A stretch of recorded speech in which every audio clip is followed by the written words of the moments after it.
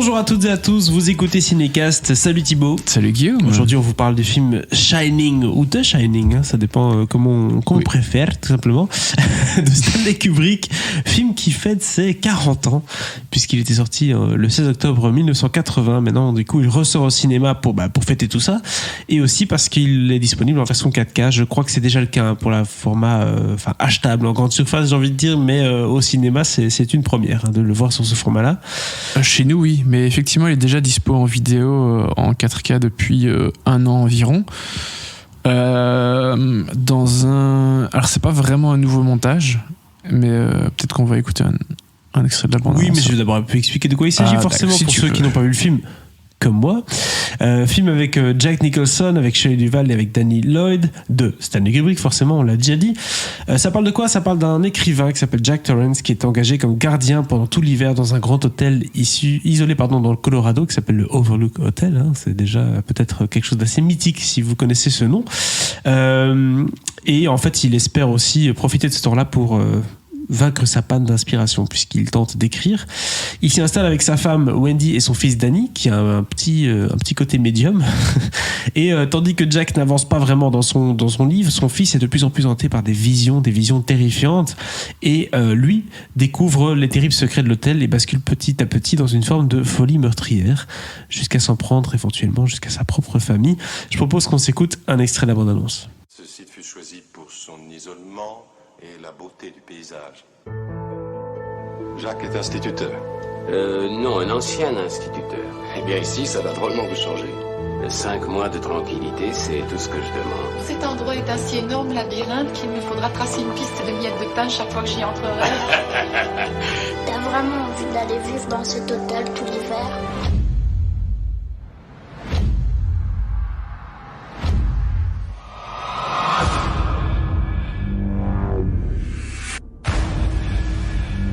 La seule chose qui peut devenir éprouvante ici au cours de l'hiver est une terrible sensation d'isolement. Alors Thibaut, comme je disais, j'ai pas vu le film, mais c'est le genre de film où, même si on l'a pas vu, on a l'impression de l'avoir déjà vu tellement on a entendu parler, tellement on a pu voir des extraits, même des bandes annonces, des making-of ou quoi, et même des clins d'œil dans d'autres films à Shining, puisque c'est un film qui a marqué les esprits. Et parle-nous un peu du coup de ce film qui, j'en suis sûr, a marqué en tout cas ton esprit. Oui, clairement. C'est un grand classique. Je suis un peu choqué que tu ne l'aies pas vu. Mais... Je sais. Mais bon, chacun son tour. Hein. Moi, c'était La Haine, Tom Shining. Exactement. Que j'ai vu, je sais pas, quand même pas mal de fois. Et j'ai dû le voir au moins 2-3 fois sur grand écran. Donc quand même, voilà, c'est pas un film que j'ai vu juste... chez moi tout seul. Non, j'ai eu la joie de le découvrir, de le voir en salle plusieurs fois, dont cette version remasterisée en 4K, version longue. Ici le film fait 2h20 et quelques, alors que la version ciné en tout cas la version ciné européenne faisait 1h50, je sais pas combien. Bref, il y a quand même 25 minutes environ 25 minutes de plus. Et j'ai eu l'occasion de découvrir cette version à Cannes en 2019, présenté par Alfonso Cuarón, par Catherine Kubrick, la fille adoptive de Stanley. Tu parles de Philippe Catherine pendant quelques secondes. Je me suis dit, c'est bizarre ça. Non, et par son fidèle assistant de l'époque. Bref, découverte de cette nouvelle version de Shining, déjà dispo, donc comme je disais, en vidéo depuis à peu près un an. Alors, faut dire que déjà, en version cinéma, il y a plusieurs versions. Il y avait plusieurs versions. Il y avait une version européenne, une version américaine. La version américaine était un peu plus longue, mais Kubrick préférait la version européenne. Bref. Gros détail. Oui, non, mais il y avait pas mal de petites différences. Et donc oui, on pourrait toujours croire que les réalisateurs préfèrent les versions plus longues, mais la version européenne était plus courte que la version américaine, et Kubrick préférait celle-là. Alors, ici, je ne vais pas détailler toutes les différences entre la version longue et la version courte, mais je vous dirais juste que la remasterisation est assez incroyable. En 4K, c'est génial. Alors déjà de toute façon les remasterisations en 4K des films qui ont été tournés en pellicule à l'époque, c'est l'idéal parce que et ce sera toujours mieux qu'une remasterisation 4K d'un film qui a déjà été tourné qui est tourné en numérique de base, parce que la pellicule a beaucoup plus de détails et en fait la qualité d'un film sur pellicule est d'office mieux qu'un film 2K en numérique. Et donc forcément quand tu rescannes des pellicules pour les convertir en 4K, ça te donne des résultats, c'est incroyable. Et vraiment, vous pouvez aller regarder n'importe quel comparatif sur Internet des spécialistes, de ceux qui font des comparatifs, qui critiquent de films en 4K, etc. Vous verrez, les différences sont assez folles. Et Shining en vaut clairement la chandelle. Et au niveau des différences, il y a notamment cette fameuse scène, pour ceux qui en ont peut-être déjà entendu parler, des squelettes. Vous avez tous déjà peut-être vu déjà cette photo de squelettes assis dans une salle qui n'est pas présente dans la version européenne du film et qu'on retrouve ici dans la version longue. Donc ça fait partie un peu des différences et c'est la seule sur laquelle je m'arrêterai réellement. Le reste, vous le découvrirez. Mais de toute façon, découvrir un grand film de ce genre dans une version pareille, c'est assez génial, quoi.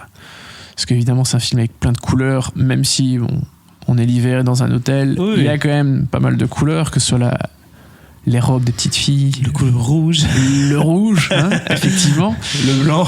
Même pour quelqu'un qui n'a pas vu le film, je pense que je vois de quoi tu veux parler. Vois à peu près toutes les grandes scènes quand même du film. Oui. Mais bon, voilà, le rendu des couleurs, c'est quelque chose qui est toujours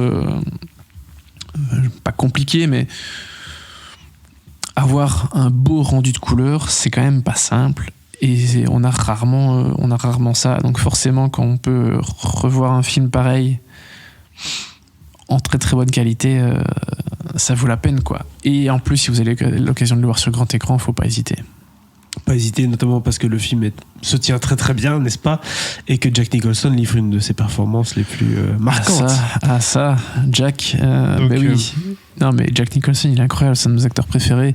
Et je suis on ne peut plus malheureux qu'il ait pris sa retraite il y a 10 ans. Oui. Un peu plus de 10 ans même. Mais oui, évidemment, Shining, il est incroyable. Ils sont tous. Shelley Duvall, elle est géniale dedans aussi. Elle a terriblement souffert suite à ce film d'ailleurs. Enfin bref, je pense que les gens connaissent l'histoire. Et si vous ne la connaissez pas, allez découvrir l'histoire de Shelley Duvall par la suite. Mais voilà, Shining, c'est un grand film que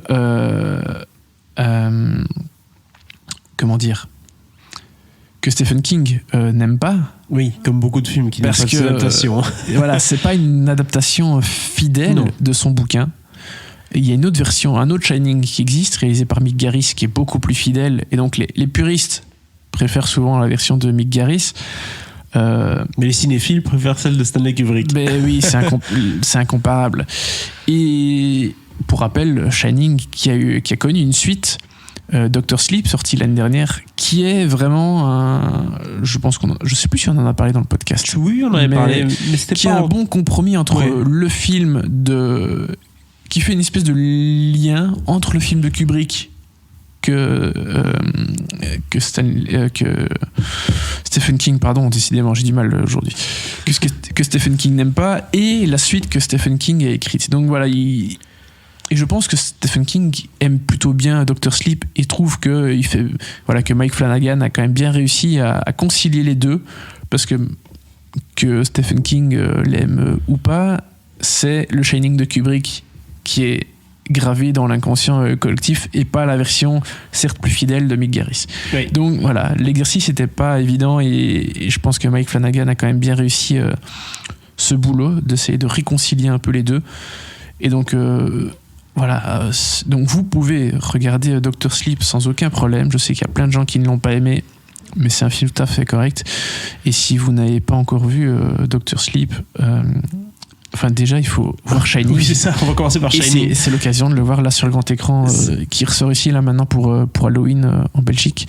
Je ne sais pas s'il ressort en France. Je ne pense pas que ce soit prévu, mais bon, de toute façon, c'est le genre de film qui passe assez souvent lors de reprises dans des cinémas. Ok, je croyais que tu parlais sur TF1, mais non. Non, peut-être pas sur TF1, non. mais Voilà. c'est quand même facile de voir Shining.